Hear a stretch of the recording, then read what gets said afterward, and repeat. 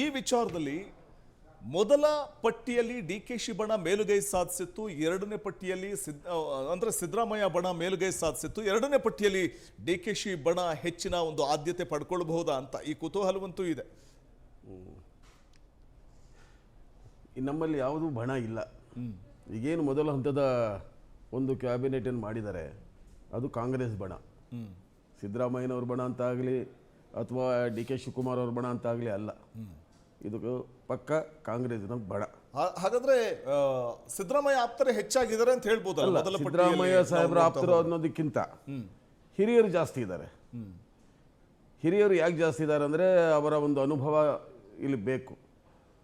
ಈ ಎರಡನೇ ಪಟ್ಟಿಯಲ್ಲಿ ಬಹುಶಃ ನನಗೆ ತಿಳಿದ ಮಟ್ಟಿಗೆ ಒಂದಷ್ಟು ಹೊಸ ಮುಖಗಳು, ಯುವಕರು, ಉತ್ಸಾಹಿ ಯುವಕರು ಬರ್ತಾರೆ. ಈ ಹಳಬರು ಹೊಸಬರ ಒಂದು ಸಮ್ಮಿಲನದಿಂದ ಈ ರಾಜ್ಯದಲ್ಲಿ ಇನ್ನು ಮುಂದಿನ 2 ವರ್ಷ ಏನಿದೆ, ನಾವು ಎರಡು ವರ್ಷವನ್ನು ಚುನಾವಣಾ ವರ್ಷ ಅಂತಲೇ ಪರಿಗಣಿಸ್ತೀವಿ. ನಮ್ಮ ಮೇಲೆ ಜವಾಬ್ದಾರಿ ಜಾಸ್ತಿ. ಇದು ಕರ್ನಾಟಕದ ಜನ ನಮ್ಮ ಮೇಲೆ ಏನು ನಂಬಿಕೆ ಇಟ್ಟಿದ್ದಾರೆ, ಆ ನಂಬಿಕೆಯನ್ನು ಹುಸಿಗೊಳಿಸಲ್ಲ. ಹಾಗಾಗಿ ನಾವು ಬಹಳ ಸ್ಪೀಡಾಗಿ ಕೆಲಸ ಮಾಡಬೇಕಾಗಿ ಬರುತ್ತೆ. ಏನು ನಾವು ಕೊಟ್ಟಿದ್ದೀವಿ ಜನರಿಗೆ ಆಶ್ವಾಸನೆಗಳು ನಡೆಸ್ತಾ ಇದ್ದೀವಿ, ಅವುಗಳ ಜೊತೆಯಲ್ಲಿ ಇನ್ನೂ ಸಾರ್ವಜನಿಕವಾಗಿ ಈ ರಾಜ್ಯದ ಜನತೆಗೆ, ಅದರಲ್ಲೂ ಬಡ ಜನತೆಗೆ ಏನು ಅವಶ್ಯಕತೆ ಇದೆಯೋ ಅದನ್ನು ಫುಲ್ಫಿಲ್ ಮಾಡುವಂಥ ಒಂದು ಕಾರ್ಯಕ್ರಮ ಕೂಡ ನಮ್ಮ ಪಕ್ಷ ಹಾಕ್ಕೊಂಡಿದೆ. ತಾವು ಹೇಳಿದ್ರಿ ಅನುಭವಿಗಳಿಗೆ ಮಣೆ ಹಾಕಿದ್ವಿ ಮೊದಲ ಪಟ್ಟಿಯಲ್ಲಿ ಅಂತ. ಸರ್, ಅನುಭವಿಗಳಿಗೆ ಮಣೆ ಹಾಕಿದ್ರಿ, ಓಕೆ. ಹಿರಿಯರು ತುಂಬ ಜನ ಇದ್ದಾರಲ್ಲ ಸರ್, ಸುಮಾರು 6-7 ಬಾರಿ MLA ಆದಂಥವ್ರು ಇದ್ದಾರೆ, ಅವ್ರಿಗೆ ಅವಕಾಶನೇ ಸಿಕ್ಕಿಲ್ಲ ಕ್ಯಾಬಿನೆಟ್ನಲ್ಲಿ. ಸೊ ಅಂಥವ್ರನ್ನ ಪರಿಗಣನೆ ತಗೋತೀರಾ ಇಲ್ವೋ ಅಂತ, ಮಣೆ ಹಾಕ್ಬೇಕಲ್ಲ? ತಗೊಳ್ತೀವಿ, ಖಂಡಿತ ತಗೊಳ್ತೀವಿ. ಯಾಕಂದರೆ ಈಗೇನು ಎಲ್ಲ ಹಿರಿಯರಿದ್ದಾರೆ ಅಂತಂದ್ರಲ್ಲ, ಅವರ ಅನುಭವನೂ ಅವರು ಧಾರೆ ಎರಿಬೇಕಲ್ಲ, ಬರುವಂಥ ಕಿರಿಯರಿಗೂ ಕೂಡ ಮಾರ್ಗದರ್ಶಕರಾಗಬೇಕಲ್ಲ. ಆ ಉದ್ದೇಶಕ್ಕೆ ಸೊ ಮೊದಲನೇ ಪಟ್ಟಿಯಲ್ಲಿ ಸ್ವಲ್ಪ ಯಾರು ಅನುಭವಸ್ಥರಿದ್ದಾರೆ ಅವ್ರು ತಗೊಂಡಿದ್ದೀವಿ.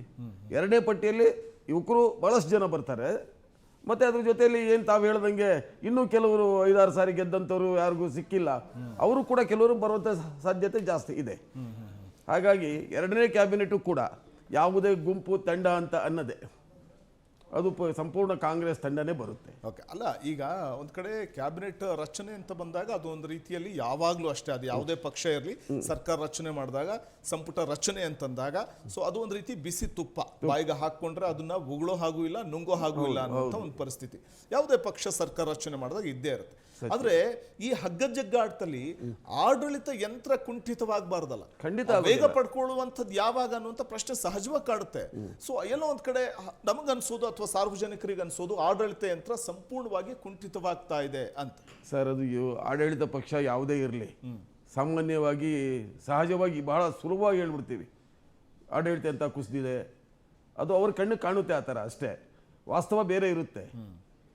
ಸಾರ್ವಜನಿಕರಿಗೆ ಏನೆಲ್ಲ ಸಿಗಬೇಕು ಸಿಗ್ತಾನೆ ಇರುತ್ತೆ.